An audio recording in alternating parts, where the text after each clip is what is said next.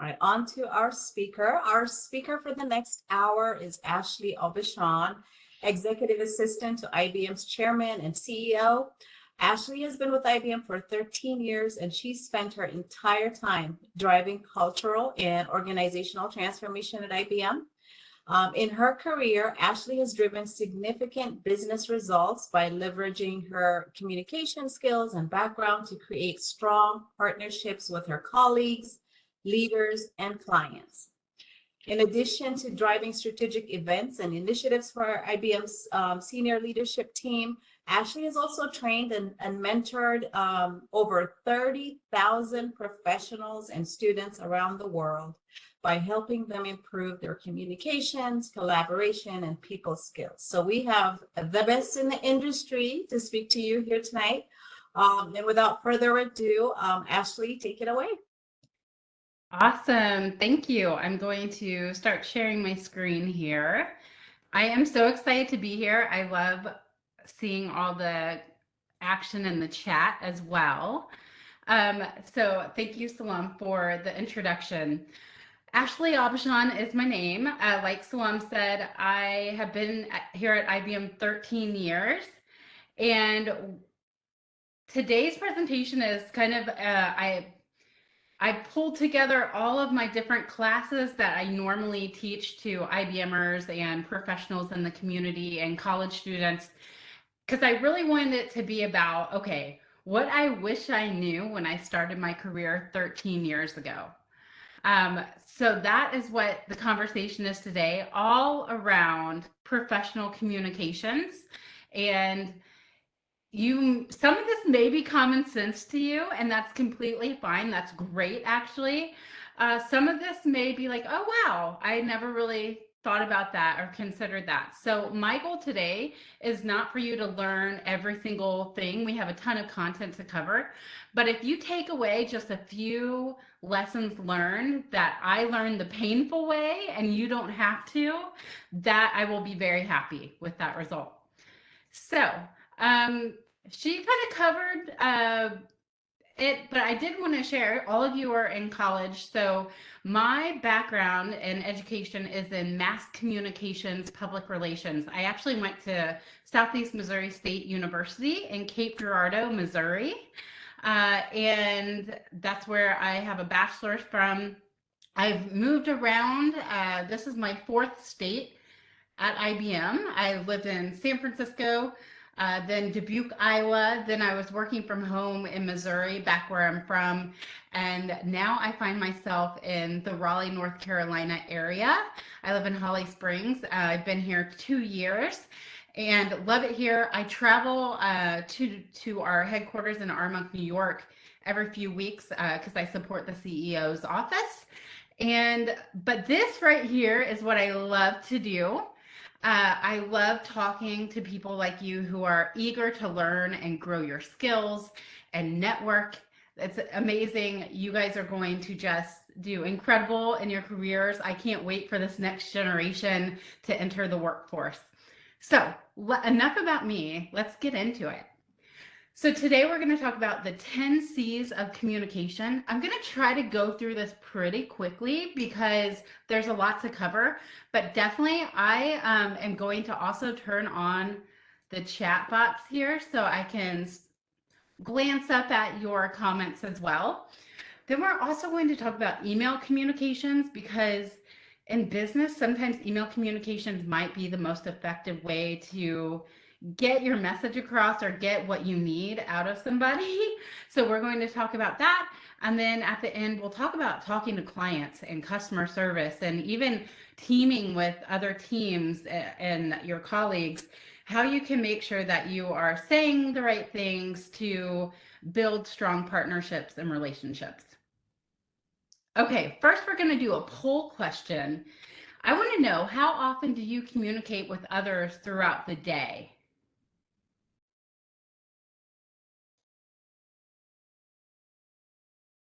Too often to count? Hourly, a few times a day, never. Any type of communication. All right, so it looks like we'll give that some time.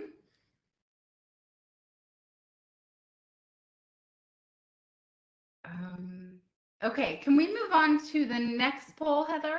Yeah, okay, you've ended it. All right. Do we see the results here?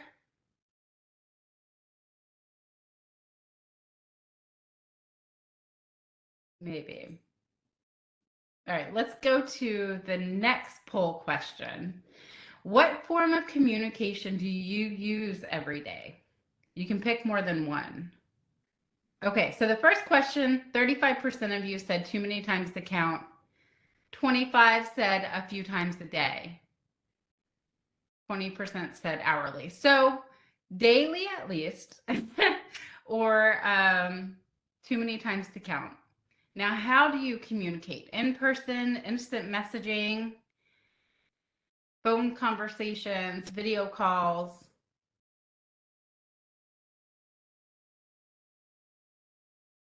all of the above, right?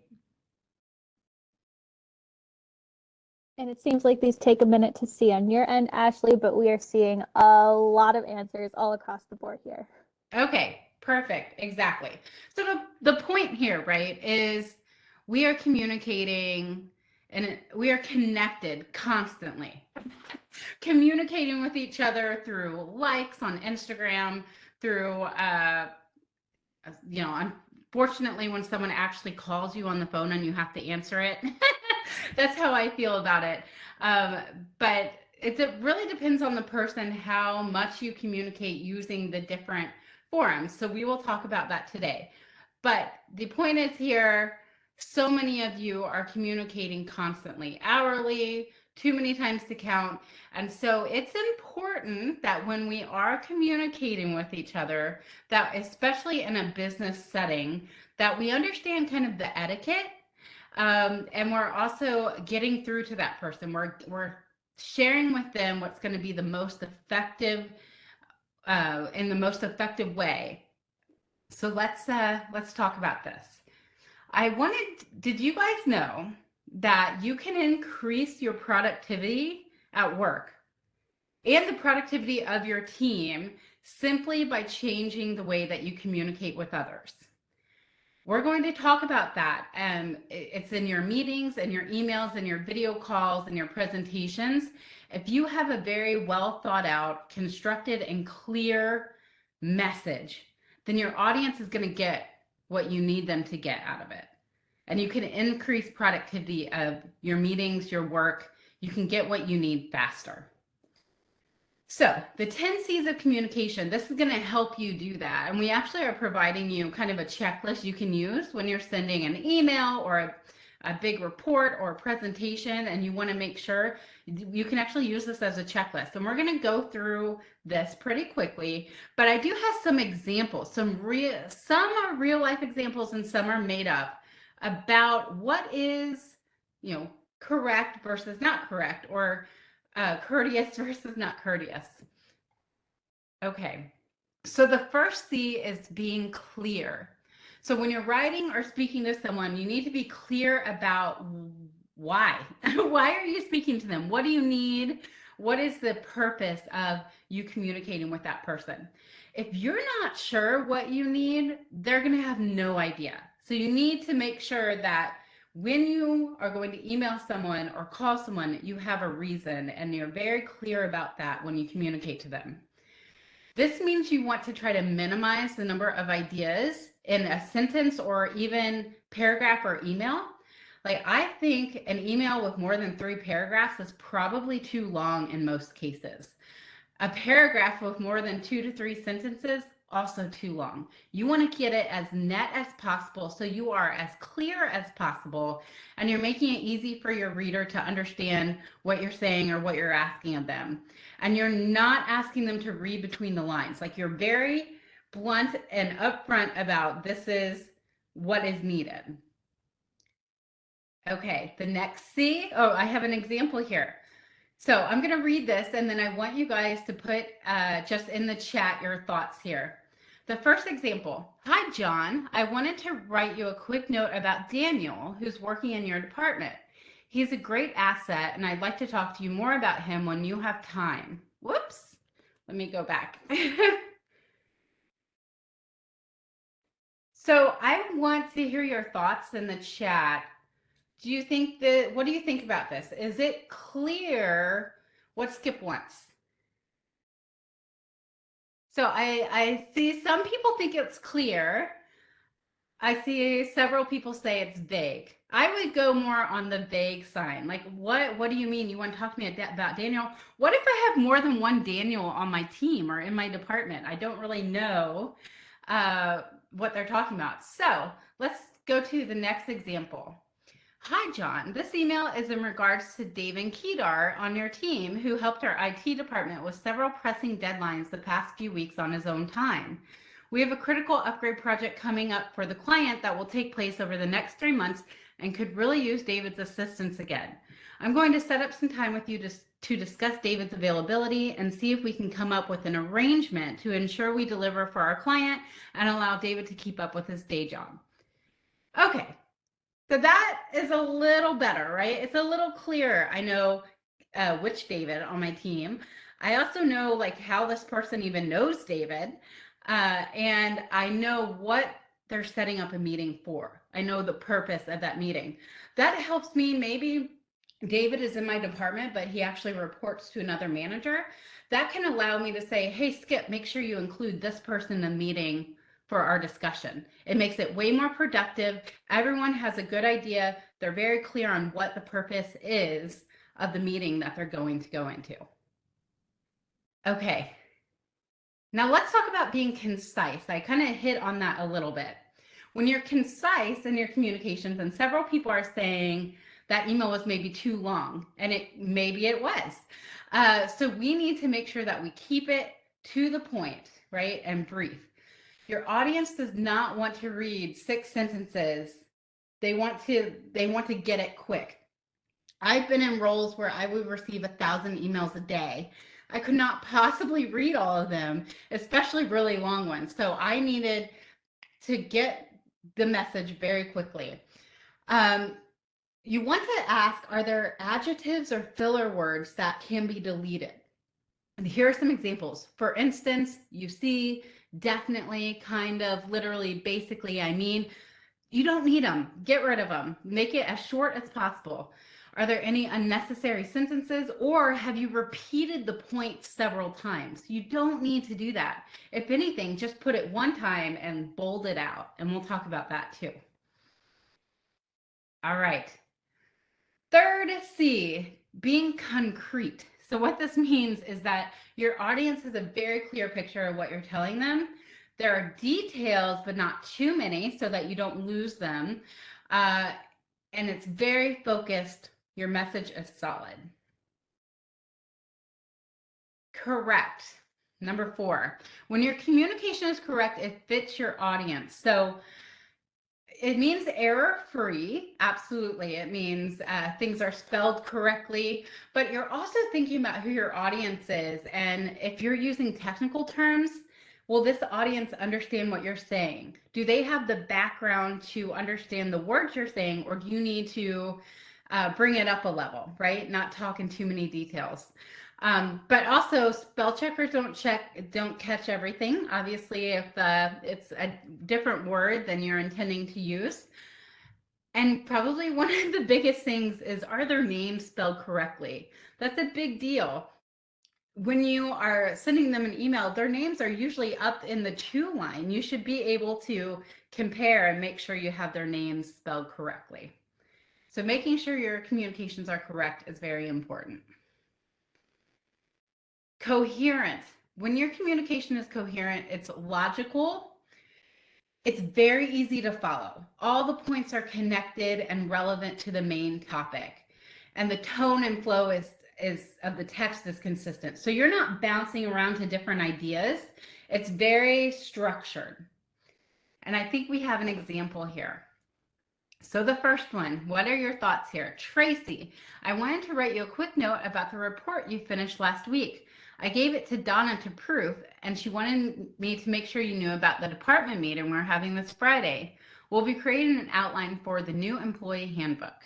Thanks, Michelle. Someone said cluttered, disconnected, too many ideas. So if you think about this, like, okay, The first sentence, they're talking about a report that Tracy finished. The second sentence is Donna proofed it. That's the second point. And also, hey, remember we have a department meeting on Friday. That's the third point. And during that meeting, we're going to be creating an outline for employee handbook. That's 4 points in 3 sentences. That's a lot of different ideas going on here, right? So it's a lot. Here's a different version. Hi, Tracy. I wanted to write you a quick note about the report you finished last week. I gave it to Donna to proof, and she let me know that there are a few changes you'll need to make. She'll email you her detailed comments later this afternoon. You'll notice she kept this note and this communication all about the report and what the next steps are, what's going to happen to it. Then, maybe she'll send a follow-up note later that says reminder about the department meeting. So maybe that's a note she can send out to everyone who's going to attend to remind everybody. But the point is here, if the most important piece that she needed to get across to Tracy was that Donna was going to proof and give feedback on this report, this example is a way better at getting that message across than the first one. Okay. Being complete in your communications. In a complete message, audience has everything they need to be informed and take action. So there's no missing pieces. If your message includes a call to action, you need to make sure your audience knows that they have an action to take. This is one of the things it took me a minute to learn, but once I did, my communications and collaboration and just productivity just went through the roof. So something to ask, have you included all relevant information, contact names, dates, times, locations, everything? And I do have an example here. Okay. Hi, everyone. I just wanted to send you all a reminder about the meeting we're having tomorrow. Okay. What meeting? What are you talking about, right? It's not very descriptive. Some people have a lot of meetings. They're in back-to-back meetings all day. So example 2, hi everyone. I just wanted to remind you about tomorrow's meeting on the new telecommuting policies. The meeting will be at 10 a.m. in the second level conference room. Please let me know if you can't attend. Okay, we know now what meeting he's talking about, when it is, where it is, and also the action is, hey, you need to let him know if you're not going to be there. We got it. All right. Being courteous. This means you're friendly, open, and honest. There's no hidden insults or passive aggressive tones. And you're being empathetic. You're keeping their viewpoint in mind, empathetic to their needs, right? This is important. The example here is a little much, I will say, but let's look at it.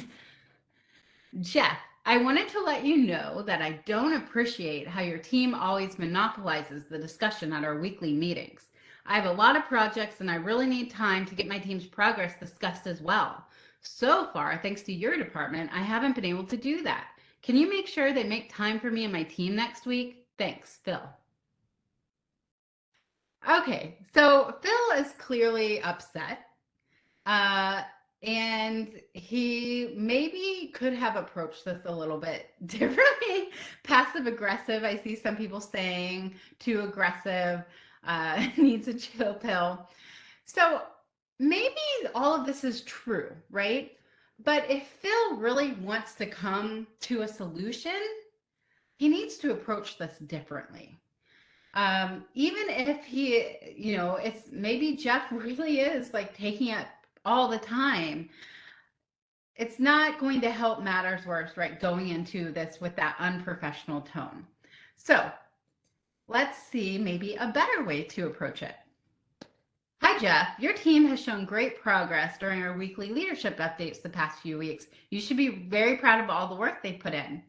Unfortunately, because the discussions ran long during last week's meeting, my team was not able to share some critical project updates that need some focus.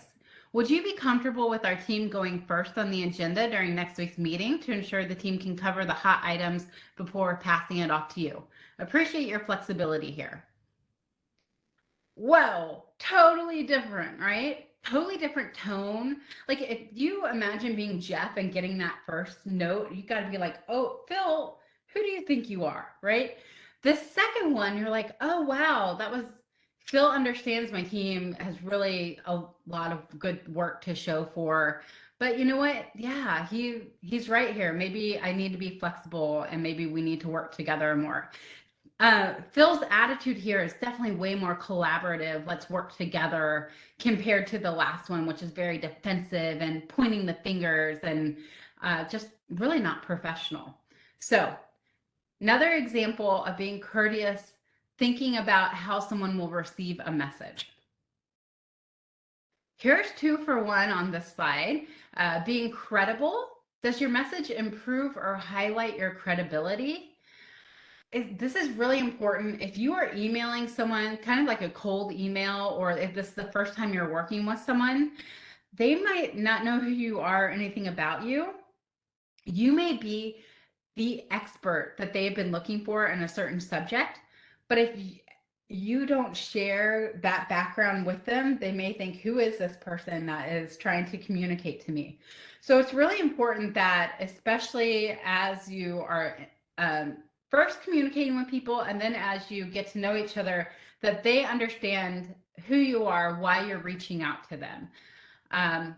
Sometimes if I send out a note in the past, I've been communicating to a large group of people because they had volunteered for something. I will say, you're receiving this note because you volunteered or because you've shown interest in this. That kind of gives credibility to like, oh, that's why this person's emailing me. They're from that program. Being creative is also a great way to make sure that your communications are actually, like, if it's an email, it's being read, or even an advertisement, right? If you're creative, you kind of catch their eye. It really helps keep the audience engaged. Okay.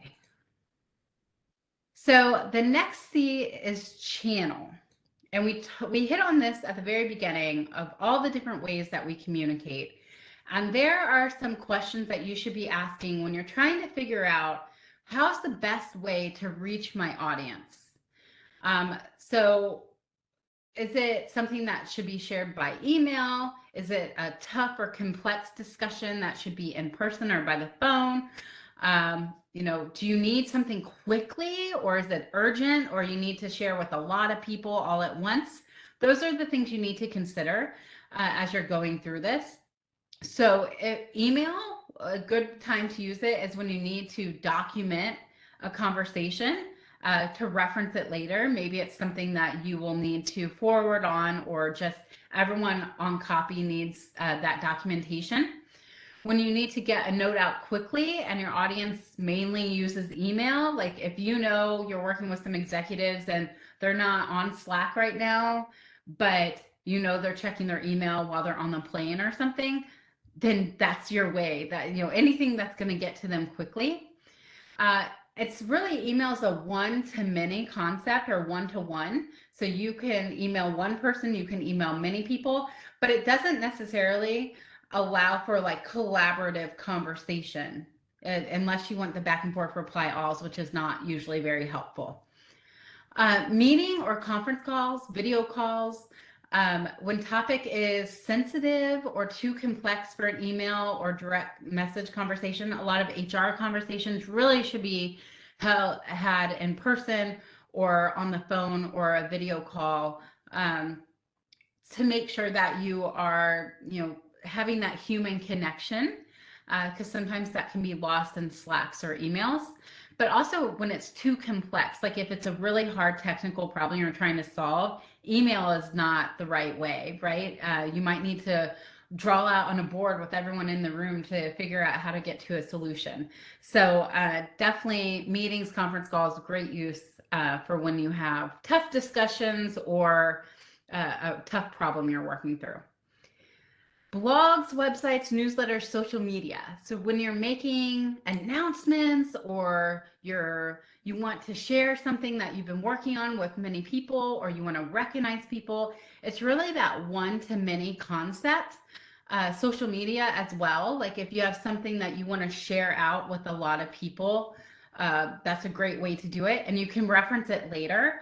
I started a blog internally at IBM where I share email etiquette tips that I'll be sharing with you today. And I started that several years ago, and to this day, someone asked me about, hey, do you have any email tips? I send them out to that blog. So it's something that lives on, and I can continue to reference it.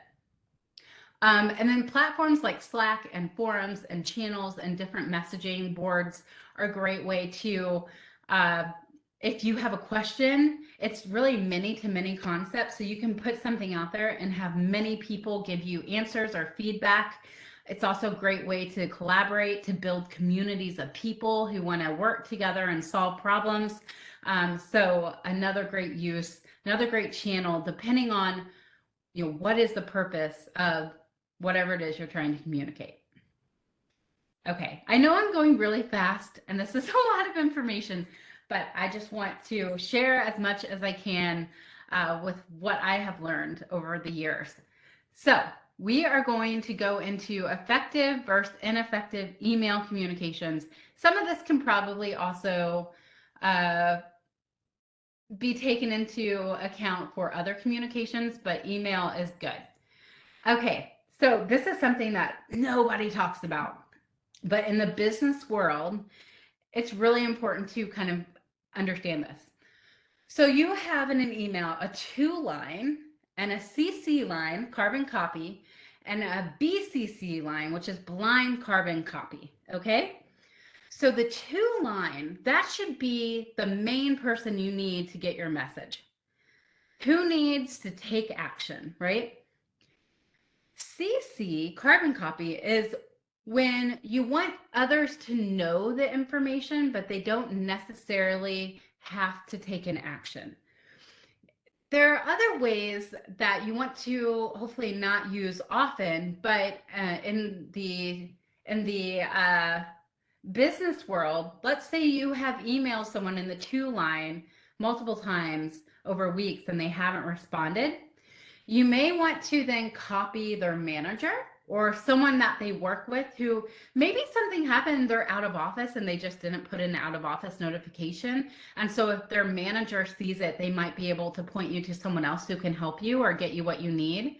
That is when you would maybe want to use CC. But again, you don't want to, that's called escalating someone if you copy their manager usually. So you don't want to use it right off the bat. But if someone's not being super responsive to you and it's pretty urgent, that could be a use for carbon copy. Blind carbon copy, you don't want to use very often. It can be this, especially if it's in a deceptive way. Like if you wouldn't want someone to know that you blind carbon copied the note you sent them, that's probably not a very good practice. But one time that you do want to use blind carbon copy, if you're sending a mass email, sending it to a bunch of people, there are two reasons for this. One, it protects everyone's privacy, right? So like if you're a doctor's office or a school, it's really important that they blind carbon copy an email that goes out to their parents, right? Because that's personal information about who goes there. So that's one reason why you want to use BCC for communications going out to a large number of people. The second reason is to avoid all those reply all emails that go back and forth, and then you get someone replying all saying, please stop replying all, and it just goes on and on and on. You just really want to think about who is on the email that you're replying all to and making sure that you're not replying all to the entire company. Okay. Level of formality. So there is this assumption that email allows you to be more informal, but if you don't really know someone or don't have a relationship with them, you really should be making it formal in business, like letter formal. Over time, your relationship may build where you totally change the tone. You don't even have to say their name at the beginning or a greeting. You just get right into it. But at first, you really want to make sure that you are using things like a greeting and then closing out sincerely, best regards, things like that. Common courtesy. The ABCs of writing emails. We've talked a little bit about this in the 10 C's, but accuracy, making sure you're using complete sentences, plain English or whatever language you're using, you're not shortening words or I'm not gonna send you something, I'm going to, right? Brevity, so saying what you need, not large blocks of text. Maybe you want to outline how many points you're going to be making by numbering them. Sentence case, not using all capital letters. I think you guys all probably know that that's equated to shouting. This third box clarity here, I use these things and I have some examples for you. Obviously, spell checking and proofreading your messages, but bolding things out, especially like if there's one sentence that you really need them to get, bold it. Don't put it in all caps. Bold it out. Change the color of it. Bullet or number your points that you're making. All of that will really help. So I do have an example here.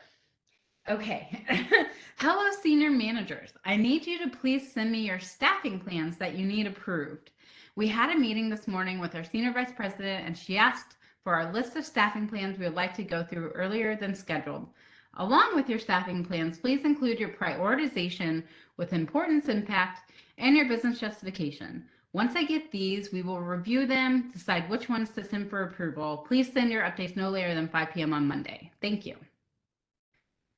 Oh my gosh, that was like a mouthful. I didn't know where one thought ended, where another one began. Yes, you guys are saying repeated staffing plans. It just seemed like a lot, right? So I want you to think about what was the purpose of this email. It sounds like Ashley here needs information from the senior managers. Do you think that she's going to get everything she needs by 5 p.m. on Monday from these people? No. What if she used bulleting or numbers and bolding out and was very clear, did not have this big block text? What if she did something like this? Hello, senior managers. Per this meeting's morning with our senior vice president, we have an opportunity to push through several hiring tickets earlier than scheduled. Our goal is to get between 20 to 30 fully approved by Tuesday. To do this, we need your help. Please review the attached list of all hiring tickets and follow the instructions below. 1, filter by your name. 2, prioritize in order of importance in column L. 3, make sure business justification is given in column M. 4, upload your updated file into this folder by 5 p.m. on Monday. We will get back to you on Tuesday with a final list of approved hiring tickets. So you can see, right? It actually was probably, if I go back, probably about the same number of words. Actually, maybe there were more words here, but it was so much easier to follow, right? It was quick. We understand, okay, here's the opportunity we have to get fully approved hiring tickets. That's great. But now, what do I do? Oh, literally listed out 4 steps I need to take to get this to her by 5 p.m. on Monday. So the first example, Ashley was just asking for random information. This example, Ashley took the time to pull this information all together in a formatted template, and then lay out for them exactly what she needed them to do. So again, kind of bolding out the specific things you need, providing bulleted list, not using block text. Those are all things that you are way more likely to get the response you need if you do that. Okay. Abbreviations, acronyms, and emojis. Could you imagine interviewing with someone and then emailing or texting them, thanks for the iView. I would love to work for you. Like, no, obviously you're not going to do that. But emojis, we use them on Slack, right? But they don't really belong in emails, especially professional emails with people that you don't know that well. They're better suited for instant messaging, texting, Slack. Acronyms also, IBM is infamous for having so many acronyms, and it can get so confusing, especially if someone is not used to using them.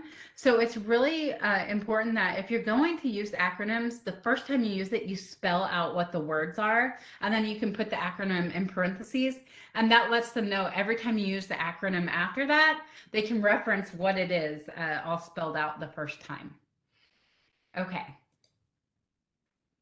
This is my favorite subject right here, writing effective subject lines. This is something nobody talks about, but I told you guys earlier that I was in a role once where I was managing 5 different teams. I also owned recruiting and staffing for the center that I worked at. So I would get 1,000+ emails every day. And there's no possible way I could get through all of them. I could not read 1,000 emails a day. So I relied on subject lines, and I really needed the people sending me emails to be very clear on what was in their email in the subject line. So here is my ask of you guys to make life easier for everybody. In your subject lines of your emails, everyone thinks about the email, but the first thing they see is the subject line. And that is going to either motivate them to open your email and read it or not. So you want to make sure you highlight the main point to summarize what is this email all about, right? In that subject line. Using sentence case can help them kind of read it better, not using all caps, things like that. And then no hijacking, which people don't really know what hijacking means, but we saw it in one of those email examples where there were like 3 different topics in one email. It's so much easier to reference later if you're able to just keep to like one topic per email thread. And then if you need to remind them about the staff meeting happening, that's going to be a different email with a different subject. That way, if they need to reference it later, they can search for that topic and it's not hidden away. Like if one of my employees is requesting time off, but it was also in the same email they were sending me a report in, I'm not going to be able to reference later when they need it off. So making sure that you're using those subject lines. And I have some examples here, real life examples that I want to share with you. This first one here, and this is actually the date that it was sent. Hello, Ashley. I've been teaching this class for a long time, so these dates are pretty old. Okay, do you guys think out of 1,000 emails I received on July 29th, 2013, that I opened the one that said, hello, Ashley? No. No way. No way was I going to open that email first out of 1,000 or even 500th out of 1,000. You guys, that email was a really, really important email. An employee needed me to approve an ID request. And that was the email I received. Do you think I approved that ID request that day? No, I didn't. It took several days and she came up to me and said, hey, I really need that ID. I'm not able to solve this problem. And I was like, did you send it to me? And she's like, yeah. And I went back and looked. I was like, oh, okay. So I approved it and it got it done. But that's just an example, right? If she would have said, urgent action needed, Ashley, please do this, right? Let me know that there was something urgent about it, then I would have been able to do it in a second. But it took several days and a follow-up. Someone laughed about, well, this started off jacked up. This was a real email that an employee sent a director and other people copied on it. It was not professional, right? And that's all I'm going to say about that is making sure that like you're being judged, right? People, your credibility in how you communicate, and are you doing it professionally and courteous? Maybe it really was jacked up, but that's not the best way to communicate it. 2009 slide deck. This was a presentation someone was sending me, but they didn't take the time to make a subject line. They just uploaded the file and sent it to me. So it would be really hard for me to reference that later because there's no way I would know to look for 2009 slide deck. These other examples are things that I've sent in my past career life. Attention needed, right? That lets them know, hey, this is something you want to pay attention to. This was letting them know, the managers know, there were 3 additional staffing database training sessions scheduled.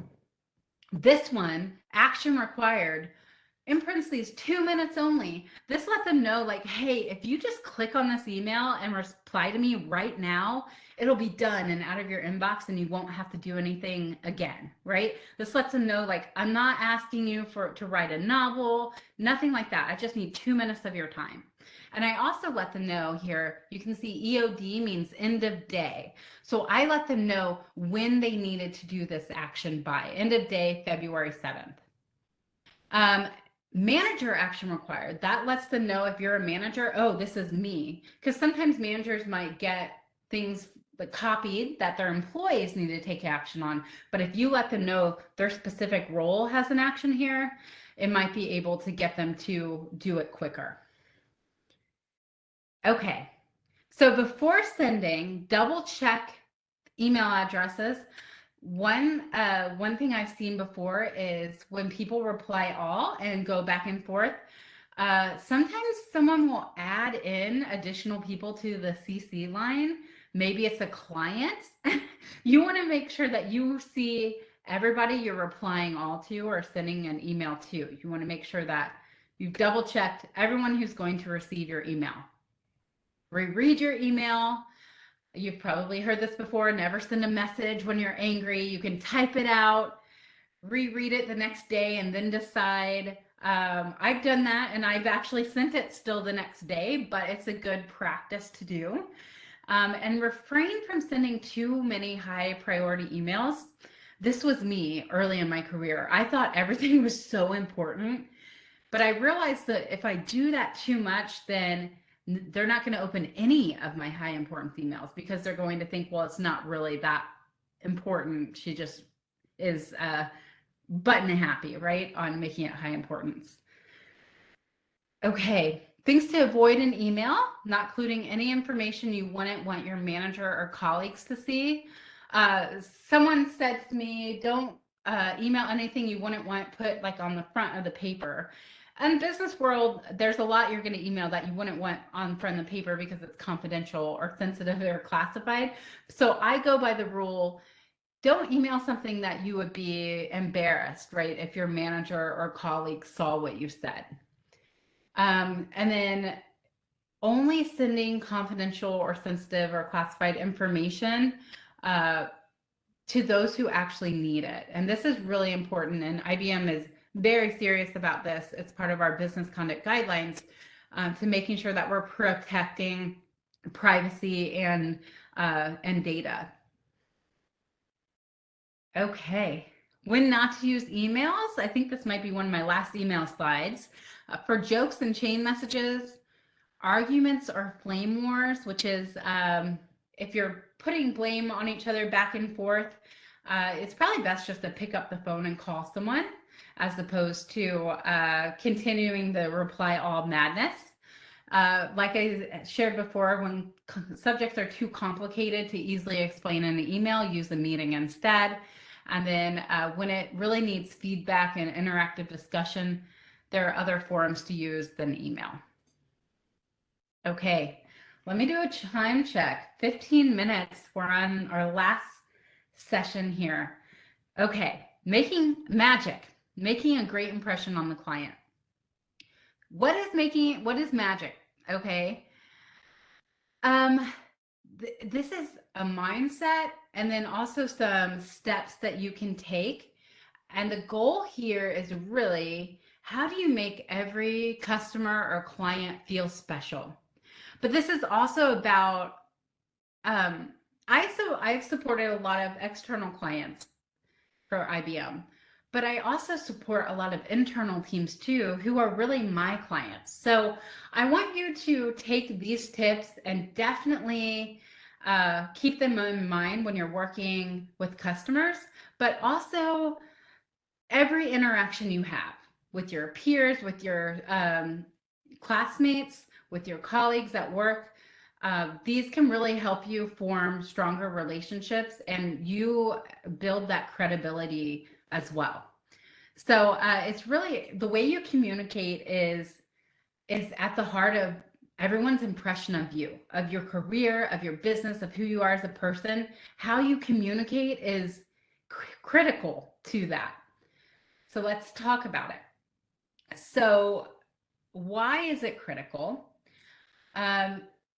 If you are focused on providing your customers a positive and memorable experience, they will be more loyal and referenceable.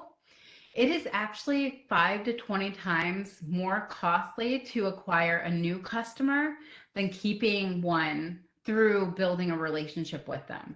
So customer service and the client experience is so critical. There have been a lot of studies. Forrester just did a study that saw like 10% revenue increase when you focus on the client experience. So part of that is how we communicate with them and work with your customers.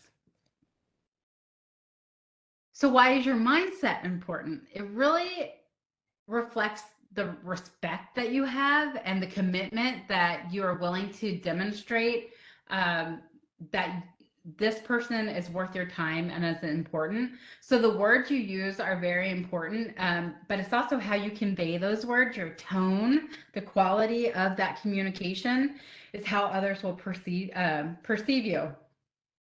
The third bullet here is something I learned in like my second role at IBM. I was a mediator between clients who were unhappy with certain situations and then the IBM teams who were supporting them. And I would come in and these teams would maybe have a lot of frustration and history with each other. And I would come in and there was maybe high tension, but I was the thermostat, right? I could set the tone no matter the high emotions that were happening. I had control, and I did not go off of their energy. I set the tone of this is what we're going to do this meeting. This is how we're going to get to a solution. We're not going to place blame on each other. It's all about your attitude, how we're going to use the time, how can we be productive. All of those are choices that you make to make sure that every conversation and communication you have leads to the result that you're looking for, and it doesn't take you back several steps.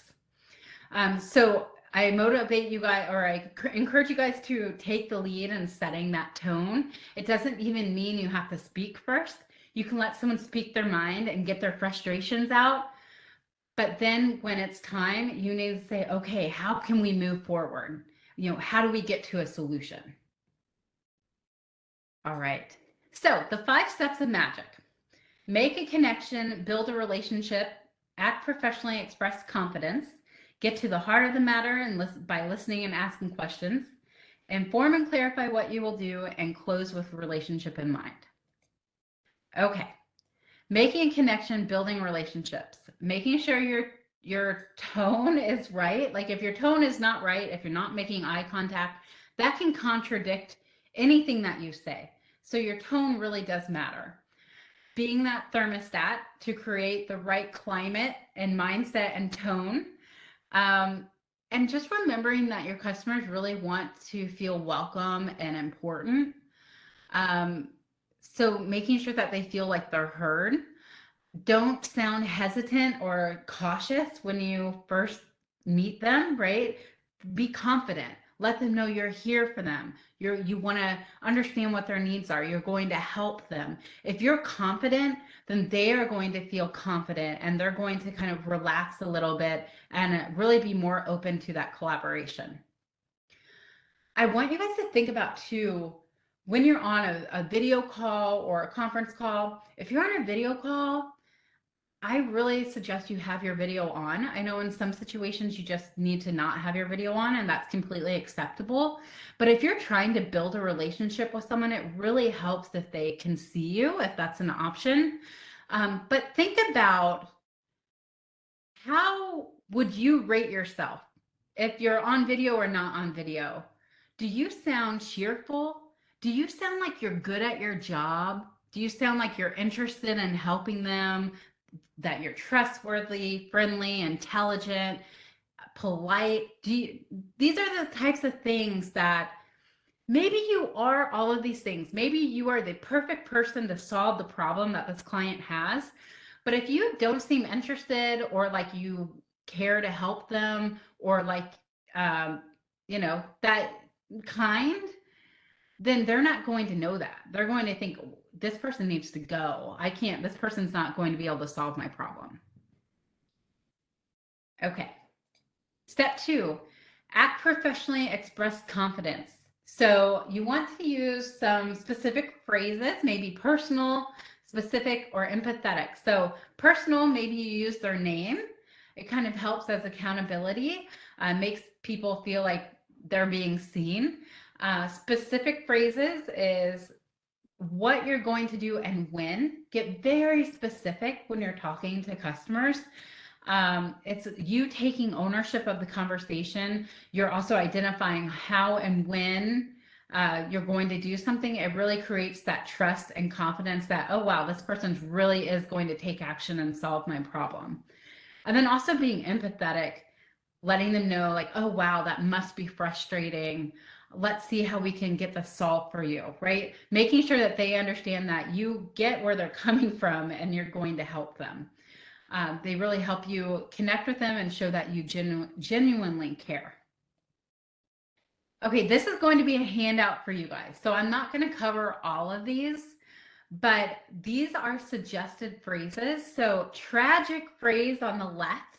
If you walk down any office building, I don't care what company, you will hear people saying these phrases on the left. And they're not always providing the best experience.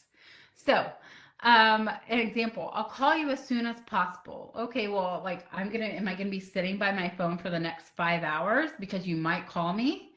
Or how about you give me a very specific time? I will call you back by 3 p.m. or at 3 p.m. That gives me way more confidence that you're going to do it than just throwing out, oh yeah, I'll just call you back. Okay. I'd like to help, but that doesn't make me very confident. How about what I can do is this? I've heard people say, oh, we can't do that. Don't focus on what you can't do. Talk about what you can do for them. I'll try to find that change request. How about, I need some time to gather this information. May I call you back within 1 hour with more details? You don't have to have all the information or all the answers, but don't say I'll try or hopefully, right? Let them know, you know what, let me go get some information for you and I'll get back to you with what you need. And this chart right here, this will be shared with you in the attachment afterwards. Okay, possibly, again, that does not make me confident. I will do everything I can to see that this gets done. It will be done by end of day on Friday. Anytime you can get very specific about when they can expect it, you're going to have way more credibility. Okay, step 4, inform and clarify what you will do. As you near the end of your call or your meeting, make sure that you're offering up solutions. Also, take initiative to identify additional things that they may benefit from. Maybe you're solving one problem, but you've solved a similar problem with another team that you want to share that solution as well. Maybe it can solve additional pain points that they have. Don't wait for the customer to ask you, when can I have this by? Set the deadline. Say, yeah, I can do that for you by Friday. And And then before closing your call or meeting, summarize, get agreement on what the next steps are. That's so important. It helps everyone stay on the same page of what was agreed, what needs to happen next. And then closing with the relationship in mind is really, maintaining that connection using their name, using one of the magic phrases. But the most important part here is then after you hang up, do what you say you're going to do, follow through. And also look for opportunities to go beyond what you promised. Maybe you said you'll have it to them by Friday. Maybe you can get it to them Thursday, right? So this is just the most important thing is for you to actually do what you said you were going to do. Okay, I can't believe that we got through all of that content in an hour, but we did. Thank you guys so much. I have loved looking at the comments as they have come in. I am on LinkedIn. Feel free to connect with me there. And I hope that you've enjoyed this session, and the Accelerate program is amazing. I'm really proud of all of you guys for spending your summer learning and growing. It really shows that you're going to take your careers and your education seriously. So congratulations, and I look forward to connecting on LinkedIn. Thank you so much, Ashley. We are getting great feedback here in the comments, so thank you so much for joining us today. Everyone else, thank you for your time tonight. We will post the recap in the Slack channel, as well as this recording, and then some resources that Ashley provided. So enjoy the rest of your evening, everyone. Thanks, Heather.